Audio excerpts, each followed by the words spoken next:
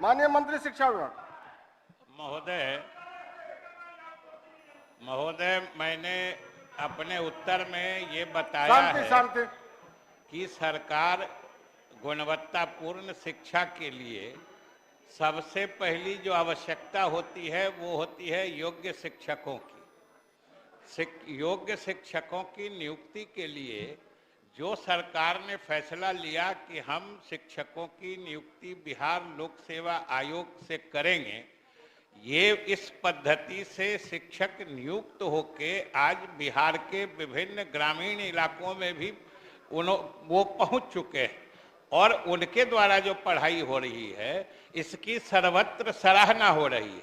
और माननीय सदस्य ने जो कहा है यह सही है कि हमने जो मध्य विद्यालयों को उच्चतर माध्यमिक विद्यालय में या उच्च माध्यमिक विद्यालय में, जिसको +2 विद्यालय भी कहते हैं, उसमें जो हमने उत्क्रमण किया है वहाँ सब जगह अभी पर्याप्त मात्रा में भवन उपलब्ध नहीं हो पाए और शायद माननीय सदस्य अवगत होंगे कि इन विद्यालयों में जो उत्क्रमित +2 विद्यालय हैं उनमें पर्याप्त भवन की व्यवस्था के लिए ही सरकार ने 7,000 करोड़ से भी अधिक की योजना स्वीकृत की है और उसमें चरणबद्ध तरीके से उन उत्क्रमित +2 विद्यालयों में भवन की उपलब्धता कराई जा रही है।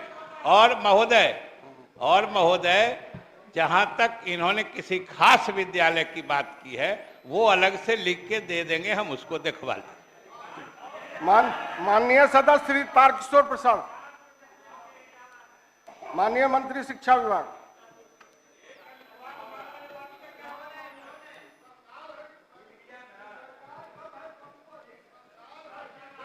महोदय, वस्तुतः बिहार विद्यालय परीक्षा समिति द्वारा आयोजित वार्षिक इंटरमीडिएट परीक्षा में विगत 5 वर्षों में औसतन 10.6 लाख विद्यार्थी उत्तीर्ण हुए हैं।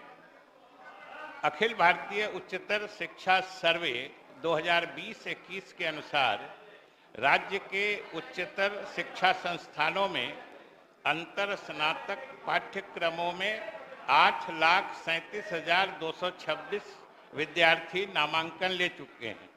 कुछ छात्र राज्य के बाहर भी नामांकन लिए हैं। राज्य सरकार द्वारा स्नातक की शिक्षा प्राप्त कराने हेतु पूर्व से संचालित डिग्री महाविद्यालयों के अलावा निम्न कार्रवाई की जा रही है कि 9 सरकारी डिग्री महाविद्यालय स्थापित किए हैं। महोदय, सरकार ने पिछले ही समय सदन में घोषणा की थी कि सबसे पहले हम अगर कोई ऐसे अनुमंडल हैं जिसमें एक भी डिग्री महाविद्यालय नहीं है, हम वहाँ प्राथमिकता के आधार पर खोलेंगे। और सरकार ने उस निर्णय के तहत 9 जगह 9 अनुमंडल जहाँ पे एक भी डिग्री महाविद्यालय नहीं थे, हम लोगों ने उसमें महाविद्यालय खोले हैं और धीरे धीरे जैसे जैसे जहाँ नहीं है वहाँ भूमि की उपलब्धता होते जा रही है, वहाँ हम लोग महाविद्यालय खोलने की कार्रवाई कर रहे हैं। इसी तरीके से महोदय कि निजी विश्वविद्यालयों की भी स्थापना की जा रही है और सरकार उनका सर्वेक्षण आकलन करा के उनको भी मान्यता देती है और इस क्रम में अभी तक 7 निजी विश्वविद्यालयों की भी स्थापना की गई है। महोदय, राज्य सरकार के प्रयास से राज्य में 2 केंद्रीय विश्वविद्यालय भी स्थापित हुए। स्थापना हेतु भूमि चयन की कार्रवाई प्रक्रियाधीन है। महोदय, राज्य सरकार महाविद्यालयों को संबद्धता भी प्रदान करती है, जिससे कि कोई अगर निजी क्षेत्र में भी करना चाहते हैं, आवश्यक आधारभूत संरचना या उपस्कर वहाँ पर रखते हैं, योग्य शिक्षक रखते हैं, तो हम लोग उसको भी मान्यता देते हैं। महोदय, आर्यभट्ट ज्ञान विश्वविद्यालय की स्थापना कर उसमें से सरकार ये सब कदम उठा रही है। उपाध्यक्ष महोदय, सरकार लगातार शैक्षणिक क्षेत्र में गुणात्मक परिवर्तन के लिए एवं आधारभूत संरचनाओं के लिए काम कर रही है। मैं इनका इस अभियान का स्वागत भी करता हूं, लेकिन मैं माननीय मंत्री जी से जानना चाहता हूं कि जो जातीय गणना का सर्वेक्षण का जो प्रतिवेदन है, उसमें मात्र 13 करोड़ में 13 करोड़ की आबादी में 80 लाख ही स्नातक हैं, जबकि 11 लाख प्रतिवर्ष जो हमारे पास डेटा है उसे सरकार ज़्यादा बेहतर बताएगी कि इंटर में मात्र 11 लाख छात्र छात्राएं इंटर की परीक्षा में उत्तीर्ण होते हैं और इसका प्रतिशत मात्र 32 है। तो मैं सरकार से जानना चाहता हूं कि पूरे बिहार राज्य में 101 अनुमंडल हैं और अभी सरकार ने तुरंत अपनी बात को कही है कि मात्र 9 अनुमंडल में ही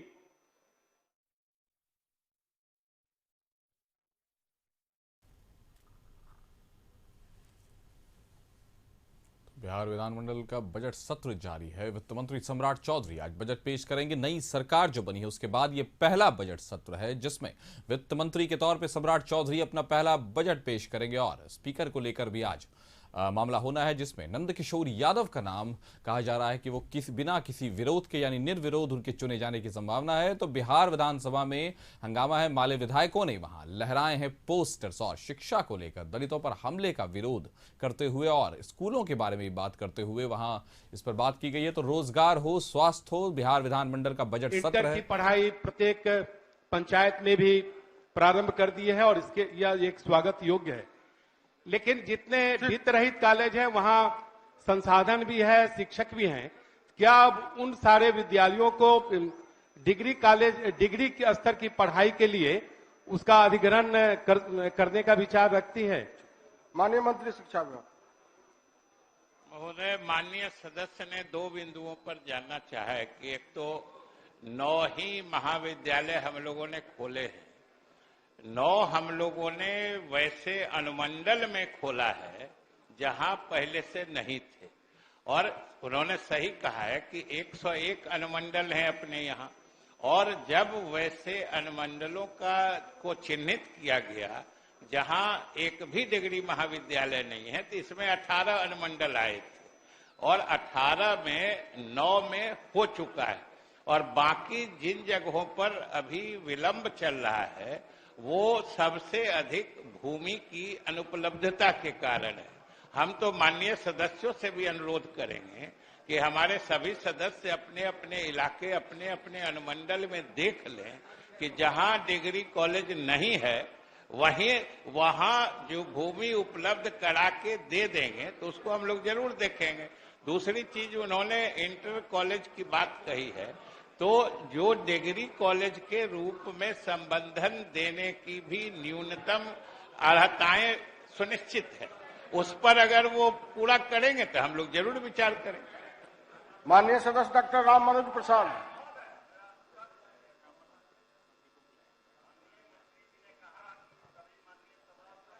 में भूमि उपलब्ध कराएं तो हम डिग्री कॉलेज की स्वीकृति देंगे। जहां मैंने तो अनुमंडल दिया है महोदय, अब उसको और किस फॉर्मेट में देना है मंत्री जी उसको बता देंगे। हम तो जमीन दे रहे हैं, पूरे तौर पर सफिशिएंट जमीन दे रहे हैं।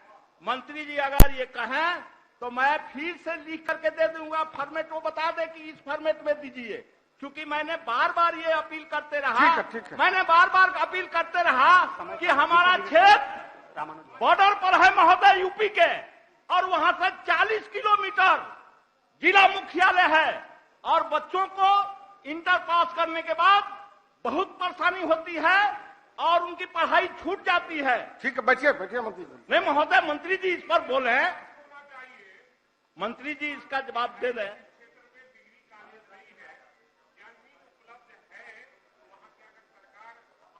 चाहती है।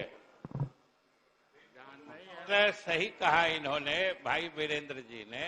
हमने स्पष्ट रूप से यही कहा जो आपने दोहराया और हम फिर दोहराते हैं। बीच में सत्यदेव जी तो पूरी पंक्ति पूरा लाइन सुनते नहीं हैं, आधा ही सुन के खड़े हो जाते हैं। इसलिए हमने अभी भी आपको हम बता रहे हैं कि पहला उसका हिस्सा सुनिए कि जिस अनुमंडल में एक भी डिग्री महाविद्यालय नहीं है, हमने ये कहा है, और अगर वैसे अनुमंडल में कहीं भी आप भूमि पर्याप्त उपलब्ध करा देते हैं तो सरकार जरूर खोलेगी। डॉक्टर रामानुज जी, माननीय सदस्य, क्वेश्चन है रामानुज जी के, समय का अभाव है 20 पर। अध्यक्ष महोदय पूछता हूँ, वही बोले रामानुज जी।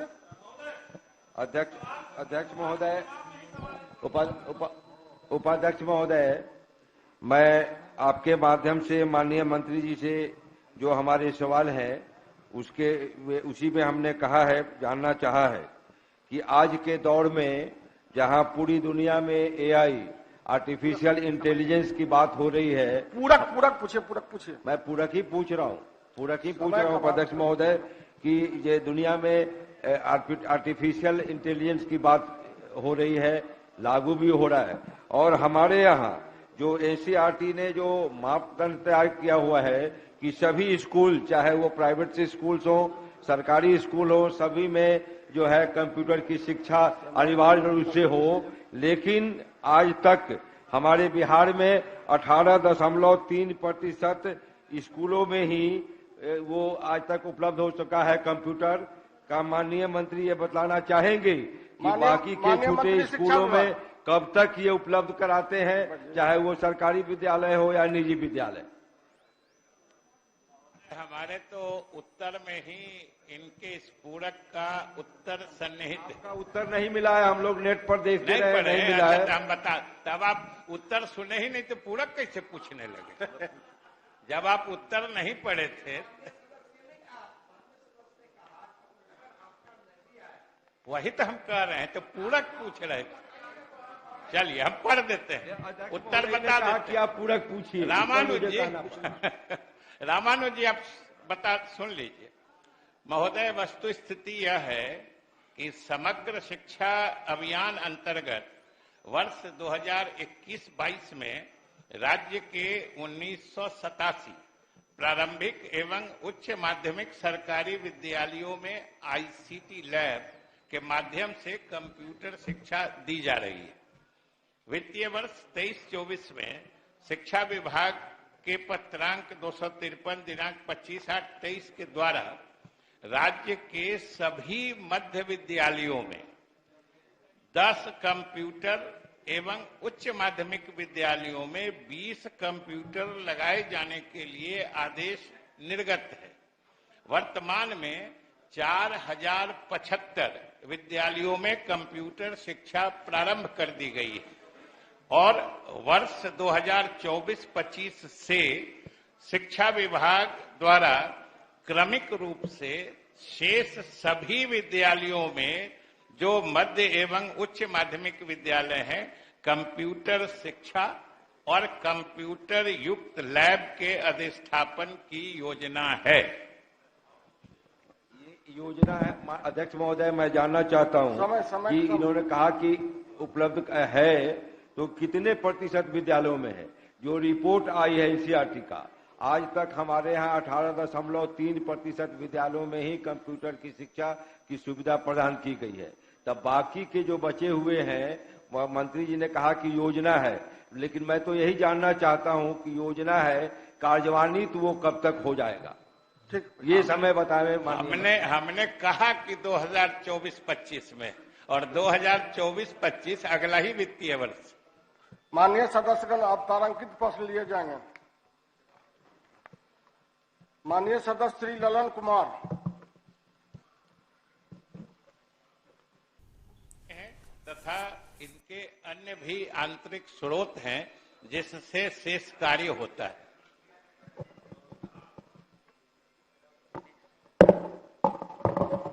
अध्यक्ष महोदय, माननीय मंत्री जी ने कहा कि अनुदान की राशि से लोगों को भुगतान किया जाता है, लेकिन वो पर्याप्त नहीं है। आप पास करने वाले के लिए आप देते हैं अनुदान, कम पास किया या बेसी पास किया उसके अनुरूप आप अनुदान देते हैं। मेरा ये कहना है कि सरकार का ये संकल्प है कि वित्त रहित या कंस्टिट्यूएंट यूनिट जो भी हो, उसमें सरकारी संकल्प के अनुसार अनुसूचित जात जनजात के सभी बच्चे बच्चियों और अन्य वर्ग के बच्चियों की फीस नहीं ली जाती है। तो ऐसी परिस्थिति में सरकार के पास और उन संस्थानों के पास जो वित्त रहित हैं, उनके पास और कौन सा आंतरिक स्रोत होगा। तो मेरे कहने का मतलब है, नहीं, उपाध्यक्ष महोदय, मेरे कहने का मतलब है कि आप या तो जो फीस नहीं लेते हैं उसका अंकेक्षण करवा करके, उसका ऑडिट रिपोर्ट लेकर के सरकार उसको पैसा मुहैया करावे। एक और आप ये भी नियम बनाते हैं कि 70% जो है सो जो आय आती है उससे उन शिक्षकों को वेतन दिया जाए, इतना लंबा 30% जो है सो उनके इंफ्रास्ट्रक्चर पर खर्च हो। या तो आप दीजिए या नहीं तो उनको कहिए कि फीस लें। ये व्यवस्था आपको करनी चाहिए माननीय मंत्री जी। महोदय, बात वित्त रहित मतलब शिक्षा संस्थान जो है उनकी है। इनकी तो स्थापना ही इस शर्त के साथ की गई थी कि सरकार से कोई वित्त पोषण नहीं होगा। ये तो महोदय हम लोगों के सरकार और मुख्यमंत्री जी का निर्णय हुआ कि नहीं साहब, वित्त रहित है, फिर भी कई सारे ऐसे संस्थानों की सूचना मिली कि शिक्षक भी बिना तनख्वाह के पढ़ा रहे हैं या बहुत मामूली मिलता है। इसलिए मुख्यमंत्री जी ने वैसे शिक्षण संस्थानों के शिक्षकों को मदद करने के ख्याल से ये नई नीति बनाकर परीक्षा फल आधारित अनुदान देने की व्यवस्था की है। और परीक्षा फल आधारित इसीलिए मतलब ये नीति बनाई गई है कि शिक्षक अध्यापन कार्य में अधिक से अधिक रुचि ले, क्योंकि जितना अच्छा नतीजा निकालेंगे, रिजल्ट देंगे, उतना पेमेंट होगा। इसलिए ऐसे संस्थान में जो सरकार का निर्णय है वो पहले की स्थिति से काफी बेहतर है। और ऐसे में और जो कह रहे हैं कि जो उनके आंतरिक स्रोत से जो आमदनी होती है उसमें भी 30% उनको देना है। और आपका ये सुझाव सही है और हम आपको सूचित करना चाहते हैं कि इसमें सरकार ने पहले ही निर्णय ले लिया है कि जो अनुदान परीक्षा फल आधारित सरकार देती है उसके लिए हम उसका ऑडिट अंकेक्षण तो कराते हैं, और आप जहां के खास जगह का दीजिएगा तो उसका अलग से करा दें। माननीय सदस्य श्री श्याम बाबू प्रसाद यादव। सर, मैंने ये कहा, एक सेकंड, बड़ा विस्तार से जवाब दिया जाए बाबू, विस्तार से जवाब दिया। मैंने माननीय सदस्य ये कहा कि जो फीस नहीं ली जाती है उसके लिए सरकार व्यवस्था करे। बोलिए श्याम बाबू प्रसाद जी। जवाब नहीं आया है महोदय। माननीय मंत्री शिक्षा विभाग। महोदय, वस्तु स्थिति यह है कि नव सृजित प्राथमिक विद्यालय बुलाकी टोला महसी प्रखंड भूमिहीन विद्यालय है।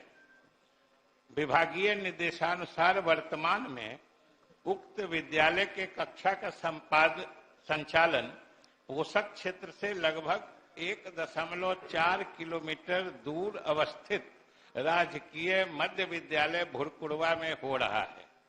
विद्यालय में कुल 150 छात्र छात्राएं नामांकित हैं एवं कुल 3 शिक्षक कार्यरत हैं।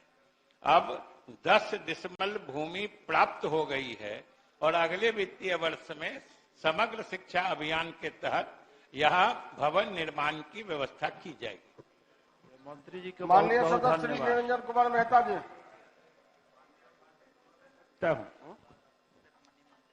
माननीय मंत्री शिक्षा विभाग। निरंजन मेहता। हाँ, निरंजन कुमार मेहता जी।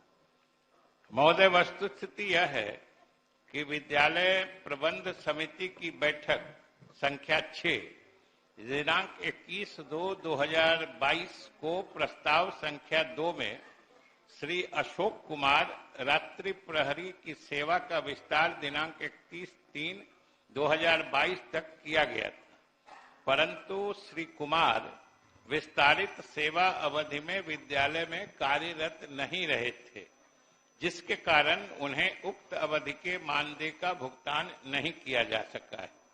आवेदक श्री अशोक कुमार द्वारा मई 2019 से अब तक के वेतन भुगतान नहीं किए जाने हेतु जिला लोक शिकायत निवारण पदाधिकारी मधेपुरा को परिवाद पत्र दिया गया था, जिसे लोक शिकायत निवारण पदाधिकारी द्वारा भी अस्वीकृत किया जा चुका है। इनके माह जून 2028 से अप्रैल 2019 तक का मानदेय भुगतान किया जा चुका है और माह जून से अप्रैल 2019 तक का लंबित मानदेय का अंतर बकाया राशि का भुगतान एक पक्ष के अंदर मतलब 15 दिनों के अंदर कर दिया जाएगा। माननीय उपाध्यक्ष अब सकारात्मक जवाब दिए माननीय मंत्री जी स्पष्ट शब्दों में। माननीय उपाध्यक्ष महोदय 1 मिनट हम समय चाहेंगे और जब जानकारी नहीं देंगे वह गलत जवाब है। माननीय उपाध्यक्ष महोदय मुझे संरक्षण दिया जाए। 15 दिन के अंदर बोले हैं। मेरा नहीं उपाध्यक्ष महोदय जरा प्रबंध कारिणी समिति क्या है, क्या हम लोगों का महत्व स्कूल के द्वारा दिया जा रहा है, जरा से हमको 1 मिनट बोलने दिया जाए। माननीय उपाध्यक्ष महोदय हम आदेश चाहेंगे माननीय उपाध्यक्ष महोदय। वह जवाब महोदय जी हाँ सुन लीजिए माननीय मंत्री जी बोले। जो ऐसा माननीय सदस्य कह रहे हैं कि अगर ये जवाब गलत है तो इस जवाब में क्या क्या गलत बातें हैं वो लिख के दे, हम किसी वरीय पदाधिकारी से इसकी जांच कराकर अगर गलत होगा तो उनके विरुद्ध सख्त कार्रवाई करें। माननीय उपाध्यक्ष महोदय माननीय सदस्य श्रीमती भागीरथी देवी। उपाध्यक्ष महोदय एक मिनट अब मिल करके लिख कर दे दीजिएगा।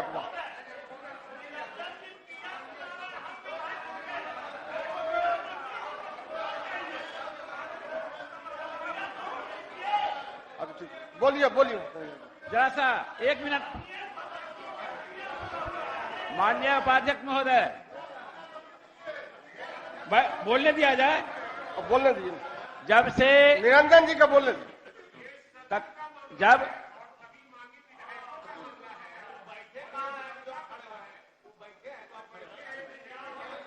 बोलने दिए ना बोलिए निरंजन जी बोलिए। माननीय उपाध्यक्ष महोदय जो जवाब आया है प्रबंध कारिणी समिति का अध्यक्ष विधायक होता है या तो सरकार का भी निर्देश है और उन्हीं के अनुसार काम करते हैं। हम बिहारीगंज विधानसभा पर बोलेंगे, अन्य पर हम नहीं बोलेंगे। माननीय उपाध्यक्ष महोदय मैं माननीय मंत्री महोदय से आग्रह करना चाहूंगा कि जो जवाब आया है रात्रि प्रहरी का आवेदन मुझे भी प्राप्त हुआ है। मैंने रात्रि प्रहरी के मानदेय के भुगतान के लिए उसकी प्रबंध कारिणी की जो समिति की रजिस्टर कार्यवाही पंजी होती है वह पंजी जवाब देगी या हेडमास्टर धूर्त के तरह जवाब दिया है। इसके पहले मुरलीगंज में एपीसी विद्यालय है, रात्रि प्रहरी का पैसा नहीं मिला, मर गया रात्रि प्रहरी का देहांत हो गया पैसा के बीमारी के इलाज के बिना। और माननीय उपाध्यक्ष महोदय मैं माननीय मंत्री महोदय से आग्रह करना चाहूंगा, जिस समय माननीय मंत्री महोदय शिक्षा मंत्री महोदय थे इनको भी हम लेटर दिए थे इसी रात्रि प्रहरी के लिए। सदस्य माननीय मंत्री जी ने स्पष्ट शब्दों में कहा कि मैं भी यदि आप गलत होगा क्वेश्चन 27/6 उसका जवाब 27/6 को माननीय विजय बाबू को भी हम एक लेटर दिए थे इसी रात्रि प्रहरी के लिए। इतनी अवहेलना हो रही है प्रबंध कारिणी समिति की, इतनी अवहेलना हो रही है कि प्रबंध कारिणी समिति से अगर हम लोगों को मुक्त करा दिया जाए वह बढ़िया है। और प्रबंध कारिणी समिति कोई महत्व नहीं देता है।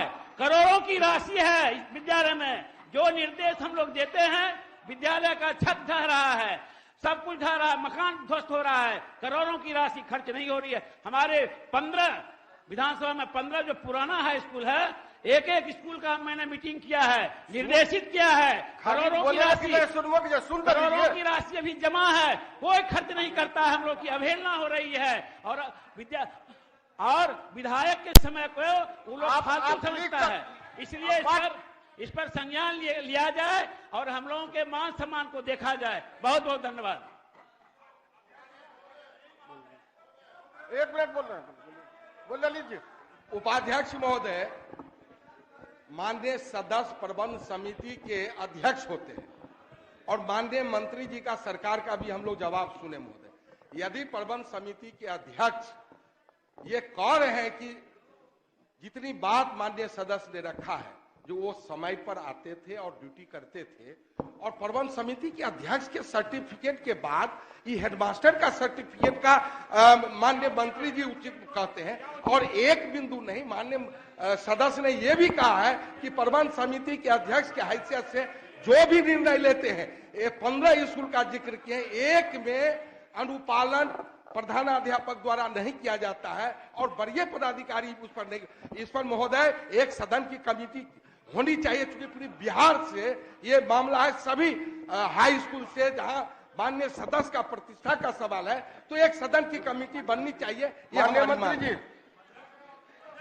माननीय मंत्री जी बोल रहे, अध्यक्ष उपाध्यक्ष महोदय, ये एक सदस्य का नहीं है, ये मामला पूरे सदन के सभी सदस्यों का है और ये चिंता जायज है। जब आप एक विधायक को विद्यालय प्रबंध समिति का अध्यक्ष बनाते हैं और उसके बाद उसकी स्थिति क्या आज हो रही है, इस सवाल को निरंजन जी ने रखा है। एक हेडमास्टर का यह हिम्मत कैसे हुआ? मंजन जी, ये आपको बताना चाहिए। हम चाहेंगे कि विजय बाबू इसका जवाब दें, माननीय मंत्री जी को जवाब देना चाहिए। मंजन जी को बोल दीजिए ना, मंजन जी को बोल दीजिए।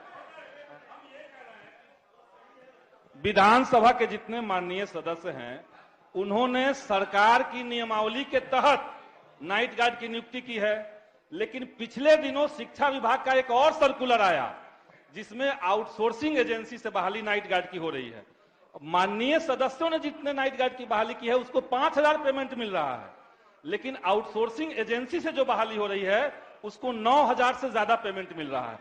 तो पैसा एक ही जगह से जाना है, पद एक ही है, लेकिन माननीय सदस्यों को अपमानित करने के लिए केवल हमारे द्वारा बहाल को 5,000 और आउटसोर्सिंग एजेंसी से बहाल लोगों को 10,000 मिल रहा है। इस पे हम चाहते हैं कि माननीय मंत्री महोदय बात कहें। और इस माननीय मंत्री जी अब जवाब महोदय इसमें एक और बात जोड़ना चाहते हैं कि इसमें आउटसोर्सिंग एजेंसी का कोई टेंडरिंग नहीं है, पूरे मामले में कोई आरक्षण का प्रणाली लागू नहीं है, रोस्टर लागू नहीं है। इस पे मंत्री जी जवाब दे दें। आउटसोर्सिंग का कहीं नहीं लिखा हुआ है जिसका जवाब दे महोदय, लेकिन अब माननीय सदस्यों द्वारा चयनित जो नाइट गार्ड है उनका तो अपमान हो रहा है, उनका तो अपमान हो रहा है। माननीय मंत्री जी, सरकार की नियमावली से हम लोगों ने नाइट गार्ड बहाल किया था और एजेंसी से होगा 10,000 पेमेंट मिलेगा, हम करेंगे 5,000 पेमेंट मिलेगा।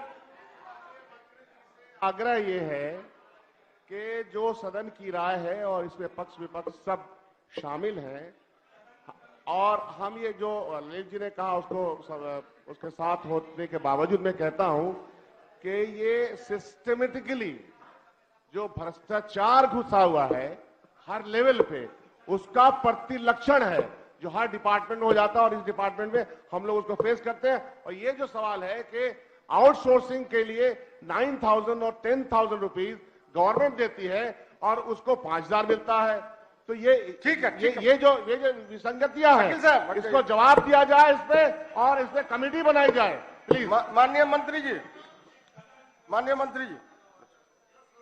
उपाध्यक्ष महोदय, ये जो प्रश्नाधीन मामला है, ये एक विद्यालय में एक जो कहिए कि ग्रुप डी सेवा के व्यक्ति रिटायर करते हैं, उनको एक्सटेंशन दिया जाता है और उसके बाद वो एक्सटेंडेड पीरियड में, विस्तारित समय में वो उस विद्यालय में सेवा दिए कि नहीं दिए, मामला इस विवाद तक सीमित है इस प्रश्न के अंतर्गत।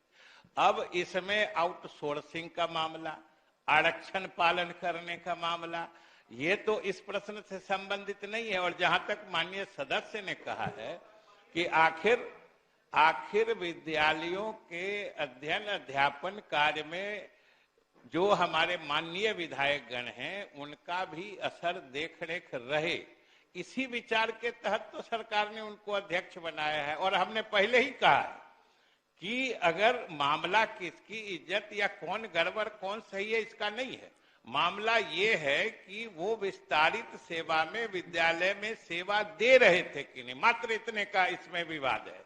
और हमने कहा कि जिस वरीय अधिकारी से कहे हम जांच करा देते हैं, और अगर वो सेवा में थे तो सरकार उनका भुगतान सुनिश्चित करेगी। इसलिए इसमें कहाँ कोई इतना मैंने रोस्टर आउटसोर्सिंग कहाँ की बात आ गई इसमें। माननीय सदस्य श्रीमती भागीरथी देवी।